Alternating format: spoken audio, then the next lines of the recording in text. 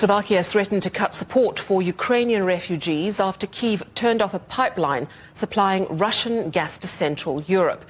Ukraine refused to renew a 5-year transit deal with Russian energy giant Gazprom, saying it wanted to punish Moscow financially.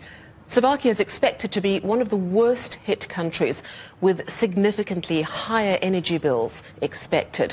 Our correspondent Pablo Gutierrez reports.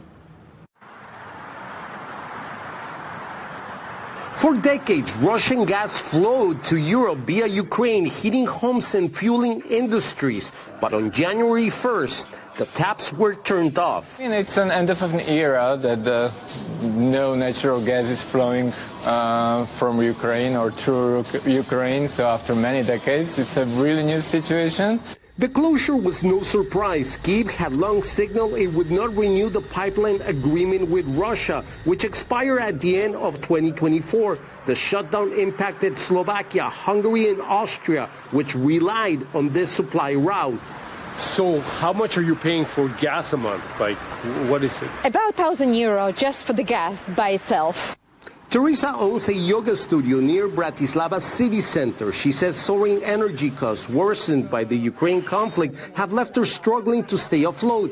Like many small business owners in Central Europe, she worries about being able to afford another price hike on her heating bills. In our case, the owners helped a lot. So the owners of the building were able to give us a little bit of a discount on the rent, just to substitute for their gas, but that ended. Russia used to supply 40% of Europe's natural gas. By 2023, that share dropped to just 8% as the European Union worked to reduce its reliance on Russian energy. After the shutdown, Slovakia's main gas company, SPP, said the country's gas storage is sufficient, but experts warn colder weather could stretch those supplies thin. Meanwhile, Slovakia's government says it's looking for new sources, including importing natural gas from Azerbaijan and U.S. liquefied natural gas via Poland, but these alternatives come at a higher cost. Slovakia was not only the consumer of Russian gas and oil, but it was also an important transition country.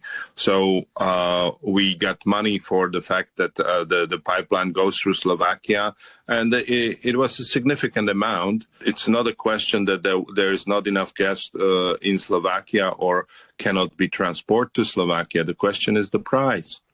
Slovakia's Prime Minister Robert Fico says the loss of transit fees will cost Slovakia $513 million annually, on top of the projected $184 million in fees for alternative routes the country will have to pay. Experts say some of those costs will be passed down to consumers. Businesses like Tereza's may not survive another price spike. Pablo Gutierrez, CGTN, Bratislava, Slovakia.